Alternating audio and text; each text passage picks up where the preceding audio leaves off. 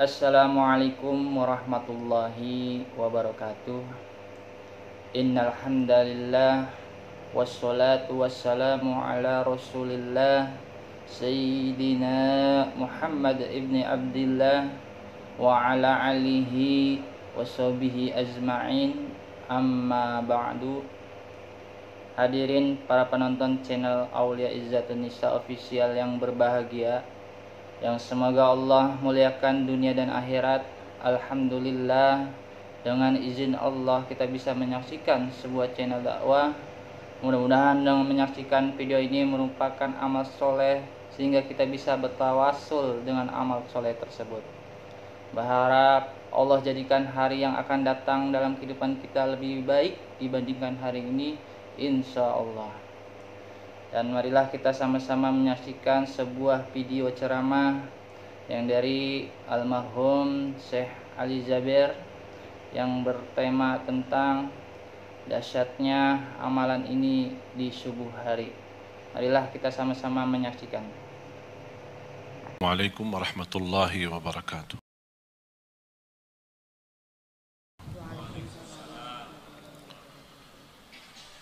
Ada yang punya jaminan bisnis apapun di dunia ini tidak akan rugi?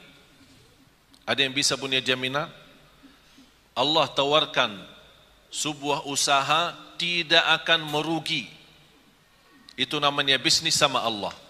Tidak akan merugi, terjamin. Jangan khawatir rugi. Dan yang tiga, selalu baca Al-Quran, mendirikan salat, infakkan sebagian rizki. Dan saya ingin hubungkan, karena waktunya singkat, saya ingin hubungkan antara tiga hal ini dengan innahu ghafurun syakur. Terus?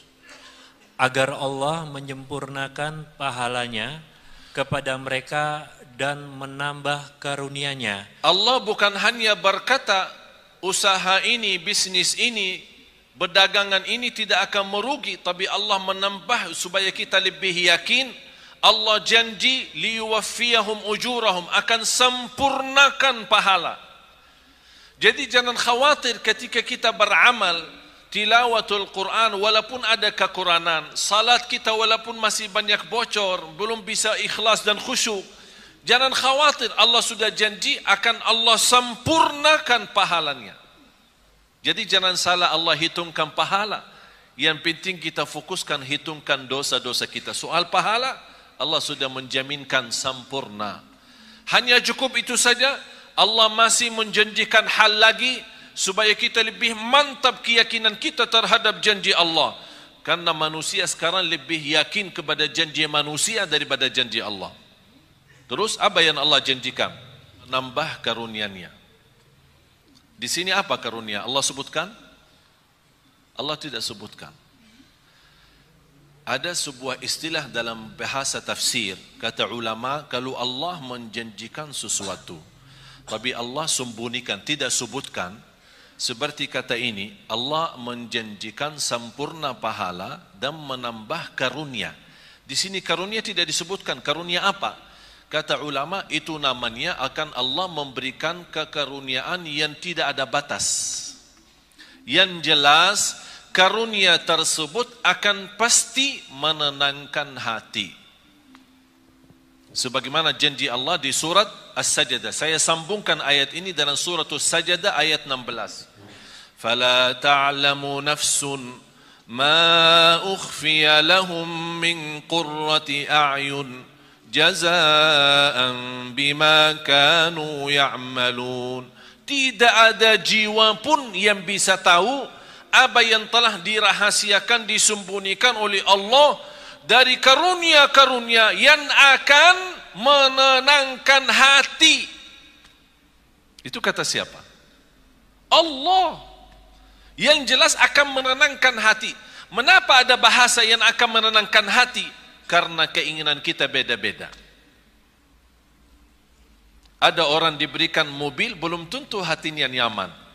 Ya terima kasih saya dapat mobil. Tapi dia punya keinginan yang lain. Ada sesuatu, barangkali sesuatu kecil, tidak begitu besar, tapi begitu dia terima, dia merasa bahagia, hatinya luar biasa. Itulah Allah membagi bahasa akan menenangkan hati karunia itu. Kenapa ya Allah? Jazaa'an bima kanu ya'malun, itu balasan Allah terhadap apa yang kalian telah kerjakan. Berarti apa yang kita kerjakan Allah balas. Bukan hanya balas pahala yang sempurna, tapi terjamin karunia yang akan menenangkan hati. Oleh karena itu di akhir ayat ini, innahu ghafurun syakur. Artinya, sesungguhnya Allah Maha Pengampun, Maha Mensyukuri. Apa hubungan Allah Maha Mengampun dan Maha Mensyukuri? Allah Maha Mengampuni ketika kita membaca Al-Quran masih banyak kesalahan. Daripada yang salah tapi tidak pernah baca Quran. Salah baca Al-Quran masih termasuk diampuni Allah daripada yang salah tidak pernah baca Quran. Artinya jangan ada yang berkata saya takut salah. Allah sudah berkata Allah Maha Mengampuni. Salat, pasti salat kita banyak kekurangan. Sunnah qabliyah ba'diyah, masbuk berapa kali, ketiduran salat subuh, Allah Maha Mengampun. Asal ketika kita salat harus kita juga komitmen sama diri. Jangan karena Allah Maha Mengampuni kita malah jadi malas-malasan. Justru harus kita menjadi orang yang malu. Allah memberikan kesempatan untuk kita bertaubat dan memperbaiki lagi supaya menjadi lebih baik. Salatnya lebih baik sama Al-Qurannya, lebih baik sedekahnya. Termasuk kata sedekah, apa urusan sedekah sama Allah Maha Mengampuni?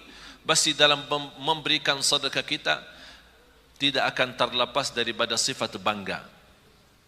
Merasa diri, oh saya bersedekah, itu ini orangnya lebih kaya tapi tidak pernah bersedekah.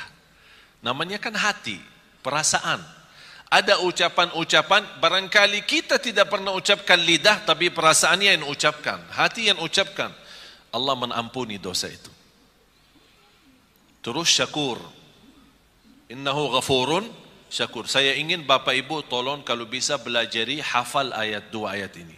Surah Fatir, surah 35 ayat 29 dan 30. Dua ayat saja. Belajari, dalami, kalau bisa hafal. Luar biasa manfaat dan dahsyatnya. Memberikan keyakinan yang luar biasa. Syakur. Apa hubungan syakur sama tilawatul Quran, baca Quran, sama mendirikan salat, sama sedekah? Pertama harus kita sepakati apa arti syakur. Ayo, apa arti syakur? Syakur kan Asmaul Husna, salah satu nama Allah. Kalau di bahasa Indonesia kan syakur itu yang maha mensyukuri. Tapi masih belum pas.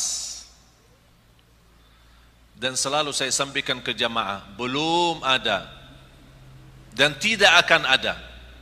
Belum ada dan tidak akan ada bahasa yang mampu kupas isi Al-Quran selain bahasa Arab. Bahasa Inggris, bahasa Indonesia, bahasa Melayu, bahasa apapun, hanya kemampuannya terjemah saja. Isinya lebih dalam, lebih terlihat. Mutiara-mutiaranya, keindahannya, tidak ada bahasa yang bisa. Hanya bahasa Arab. Ketika saya membaca innahu ghafurun syakur, saya faham apa maksudnya syakur di sini dibandingkan dengan amalan yang Allah sebutkan sebelumnya. Syakur dalam bahasa Arab, tolong hafal. Huwallazi yu'ti al-ajra al-kathir bil amalil qalil. Yang artinya asy-syakur yang menjaminkan pahala yang banyak dengan amalan yang sedikit. Itu namanya syakur. Yang memberikan pahala yang banyak dengan amalan sedikit. Mau tahu buktinya? Salat kita berapa waktu? Salat kita berapa waktu? 5. Allah berikan pahala berapa? Tahu enggak pahala salat? 50. Waktu Isra Mi'raj, Allah menetapkan 5 waktu. Apa kata Allah kepada Nabi Muhammad? Kepada umatmu saya perintah 5 waktu dikerjakan, tapi pahalanya 50. Hadis Rasulullah SAW, barang siapa yang menjaga sunnah qabliyah ba'diyah 12 rakaat di Sahih Muslim, 12 rakaat sehari dan semalam, yang namanya sunnah qabliyah ba'diyah, dapat rumah di dalam surga.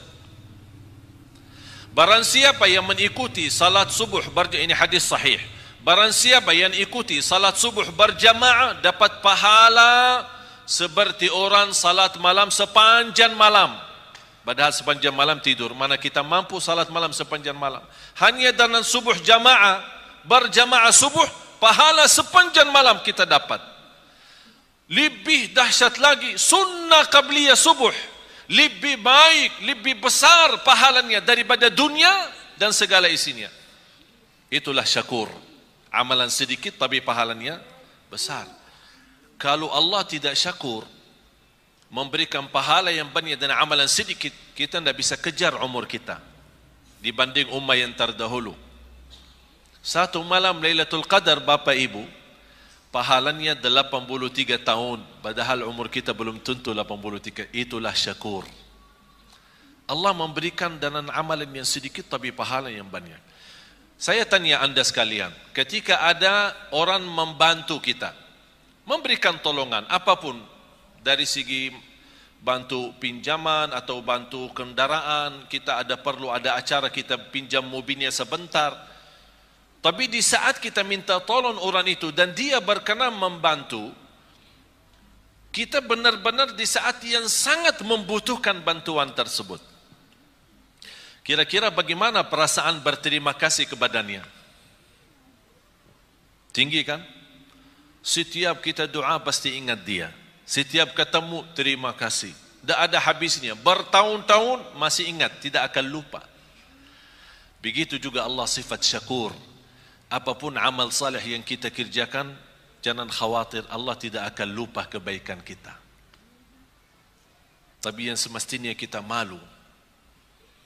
Sebagaimana Allah tidak lupa kebaikan kita, Allah juga tidak lupa dosa-dosa kita. Tapi subhanallah, tanda Allah syakur, ketika kita berdosa, Allah perintahkan malaikat jangan dituliskan dulu.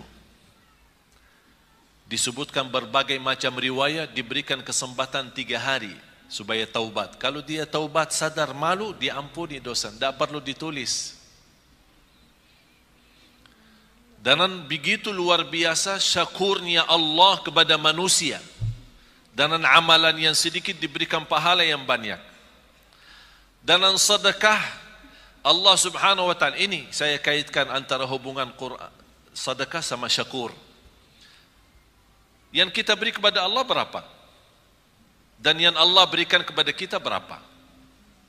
Rizki yang kita miliki Bapak Ibu, kalau kita mau hitungkan harus kena denda dan bayar, mana orang sanggup? Setiap mau hirup udara yang segar harus bayar. Setiap mau buka mata harus bayar. Mau tutup lagi harus bayar. Mau bergerak satu langkah harus bayar. Sanggup gak hidup? Tidak bisa. Tapi Allah memberikan banyak. Dan Allah tidak minta yang banyak. Zakat pun yang namanya zakat harta 2,5%. 2,5%. Mengapa 2,5%? Harta Allah berikan banyak, tapi Allah tidak minta yang banyak. Supaya sisanya buat nikmati, silahkan nikmati. 2,5% setiap hari? Tidak. Kira-kira kalau setiap hari 2,5% gimana? Sanggup gak? Setiap bulan? Bukan. Setahun sekali. Contoh, pegawai, karyawan, orang bekerja yang menerima gaji. Kalau gaji anda 10 juta atau 5 juta, Ustaz jangan 5 juta terlalu banyak, ya udah 2 juta. 2 juta berbulan. Dalam satu tahun berapa? 24 juta. Berarti ada zakat kan? Tapi banyak orang salah hitung. Selama 1 tahun anda punya keperluan, kontrak, ada kos-kosan, pulsa, makan di jalan, bayar ini, bayar itu, ada cicilan, tagihan handphone, cicilan, bajunya cicilan, semuanya cicilan. Jadi bayarkan tagihan sana sini. Ternyata akhir tahun, pas kita mau hitungkan tabungan terisi atau tersisa dari sepanjang tahun gaji, ternyata yang tersisa hanya 800.000. Berarti Anda tidak ada zakat. Anda tidak ada zakat. Karena yang terhitung bukan berapa gaji, tapi berapa yang tersisa dari gaji. Faham Bapak Ibu? Tapi kalau bersedekah bebas. Zakat wajib, sedekah bebas. Bahkan ada orang punya kelebihan bersedekah tapi tidak pernah zakat. Mengapa tidak pernah zakat? Karena tidak pernah ada uang. Begitu datang uang, sedekah. Datang uang lagi, sedekah. Berarti zakat tidak ada. Alhamdulillah sekarang umur saya 39, sebentar lagi mau 40. Saya seumur saya sampai titik ini saya tidak pernah zakat harta. Tidak pernah zakat harta. Kok masa Ustaz tidak pernah zakat? Kan zakat salah satu rukun Islam. Tidak pernah zakat. Kenapa? Karena saya tidak suka simpan duit. Tidak suka simpan. Kalau begitu suka simpan, Allah ajarkan, jangan lupa zakat. Supaya Allah biasakan manusia jangan suka simpan duit. Jangan terlalu cinta dunia. Kalau sudah duit terkumpul, begitu mulai kurang angka-angkanya, mulai pusing, sakit. Yang awal-awalnya 50 juta, banyak nolnya, begitu kurang nol, ini nolnya kemana ini? Ternyata nol berharga. Allah menajarkan supaya kita jangan terbiasa cinta nol itu. Supaya mudah membagi. Banyak yang Allah janjikan. Oleh karena itu, titipan yang Allah berikan itu pun Allah tidak perintahkan harus keluarkan semua. Hanya sebagian. Karena Allah syakur, akan Allah berterima kasih kepada anda yang berkenan menwakafkan, berkenan membantu, berkenan mensedekahkan di jalan Allah. Bagaimana tanda Allah berterima kasih kepada kita? Akan Allah berikan kelebihan dan karunia yang Allah sudah janjikan dalam ayat itu. Karunia-karunia yang tidak pernah diduga. Bisa karunia keturunan, bisa karunia penghafal Al-Quran. Ada orang dan Masya Allah rajin sedekah. Saya punya ibu saya orang awam. Bukan ulama, bukan ustazah. Awam. Bahkan termasuk buta huruf, dah bisa baca Quran. Baru saja mulai baca. Bagaimana dia bisa memiliki anak 12? Termasuk saya. 12 bersaudara, 9 laki-laki, 3 perempuan. Di antara 12, 10 penghafal Al-Quran, 30 juz, bukan juz 30. Soalnya mohon maaf, kalau di Indonesia bilang hafiz, banyak orang bilang hafiz. Tapi hafiz cuma juz amma, juz 30. Sudah dianggap diri hafiz. Kalau gelar hafiz kita di Madinah, kalau orang sebut hafiz, berarti yang dimaksud hafal 30 juz. Karena kemarin dites, ada beberapa saudara kita, para hafiz kita kumpulkan, ada lamaran kerjaan di Qatar, di negara Qatar, mencari imam-imam dan muazzin dari Indonesia. Yang hafal dapat gaji hampir $2,500 US, tambah tinggal, tiket setiap tahun pulang pergi, dan fasilitas kesehatan, anaknya sekolah dan yang lain-lain. Tapi syaratannya hafal 30 juz. Banyak daftar melalui yayasan kami, diberikan kepercayaan, datang mereka daftar, hafal, hafal, hafal, hafal. Semua daftar. Pas hari ujian, di depan para petugas yang datang dari Qatar, sudah ini berapa hafal? 30 juz. Siap dites? Siap. Tapi mohon boleh enggak dites cuma 5 juz? Astaghfirullahaladzim. Kau daftar 30 juz, kau mau dites 5 juz? Kenapa? 25 yang mana? Hilang. Jamaah sekalian dimuliakan Allah Subhanahu wa taala. Saya ingat ketika saya di bandara, saya bertemu seorang, saya tidak kenal. Tapi ternyata beliau dari Arab, kenal muka saya, sering lihat di YouTube. Dia tegur saya, Assalamualaikum, Waalaikumsalam. Dia bawa keluarga, istri sama anak.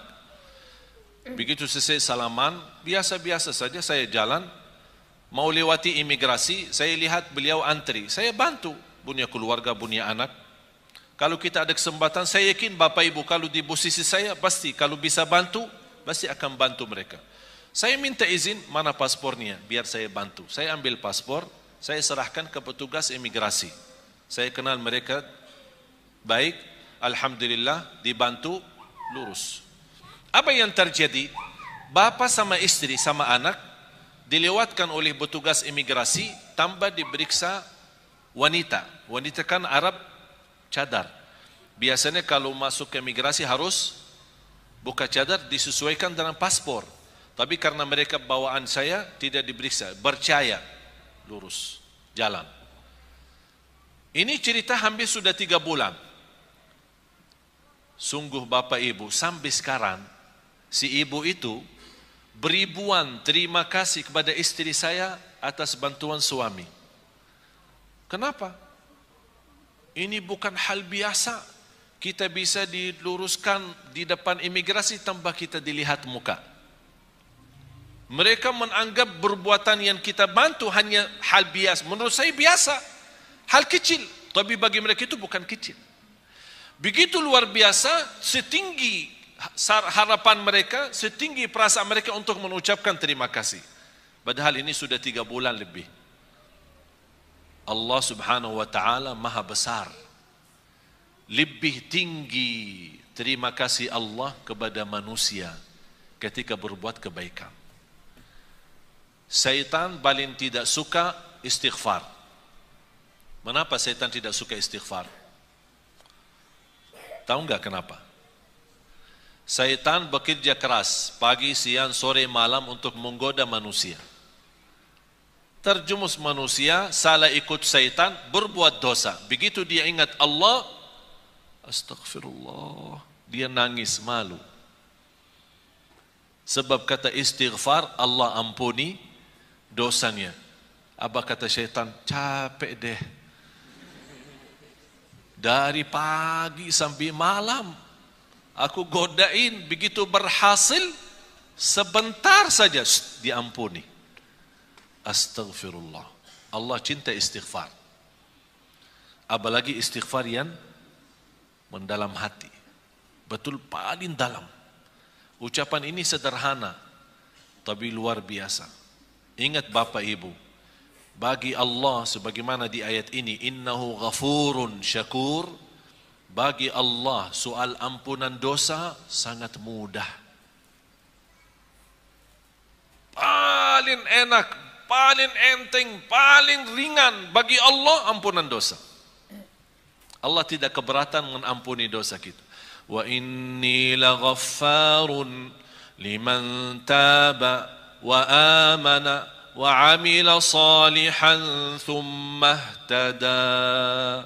Kata Allah subhanahu wa ta'ala, aku ampuni, aku berkenan ampuni. Tapi bagi siapa?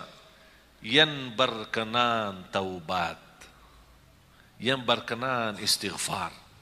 Oleh karena itu ketika kita bertaubat dan menangis, titisan air mata berharga di sisi Allah. Dari mana kita tahu berharga di sisi Allah? Ternyata Rasulullah SAW bersabda, ainun la tamassahan nar, ainun bakat min khasyatillah.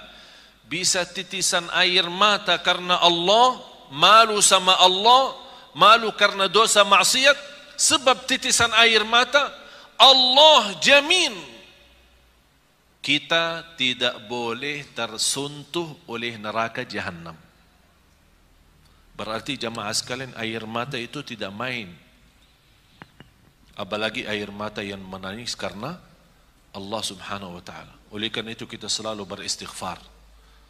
Mudah-mudahan istighfar kita yang kita selalu membawa menjadi wirid kita, sehari-hari kita membawa ampunan Allah subhanahu wa ta'ala. Mari sama-sama berdoa, mudah-mudahan apa yang sampaikan. Mohon maaf saya tidak bisa lebih mendalam karena ayat ini memang masih banyak rahasia-rahasia dan keilmuan. Mudah-mudahan apa yang saya sampaikan cukup bisa difahami, bisa dimanfaatkan, dan mudah-mudahan ilmu yang sama-sama kita belajari menjadi ilmu bermanfaat. Demikianlah video dari ceramah dari almarhum Syekh Ali Jaber, yang kesimpulannya yang pertama yaitu pentingnya amalan di waktu subuh.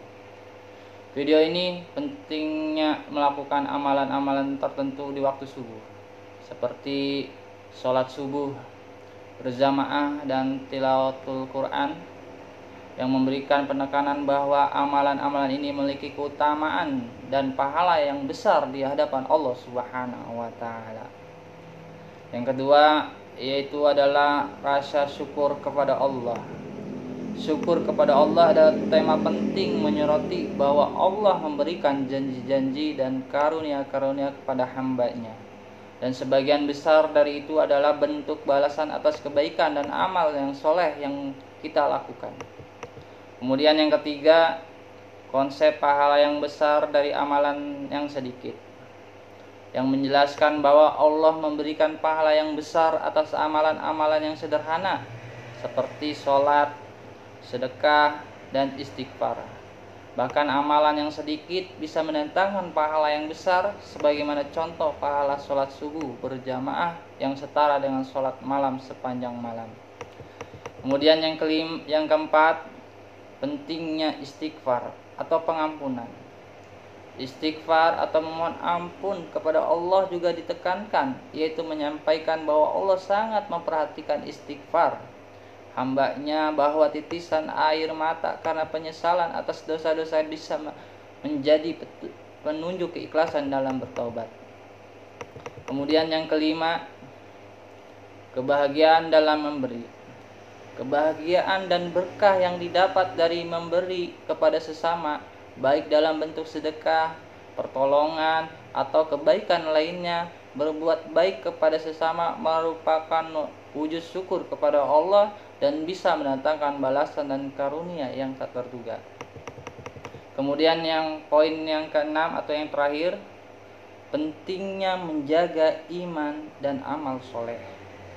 Pentingnya menjaga iman dan terus berbuat amal soleh. Hal ini dinyatakan sebagai kunci untuk mendapatkan rahmat dan ampunan Allah serta mendapatkan kesuksesan di dunia dan di akhirat. Nah, demikianlah itu kesimpulan atau ringkasan dari video dari Syekh Ali Jaber ya. Mudah-mudahan video ini bermanfaat bagi kita semua. Dan saya akhiri, billahi taufik wal hidayah. Wassalamualaikum warahmatullahi wabarakatuh.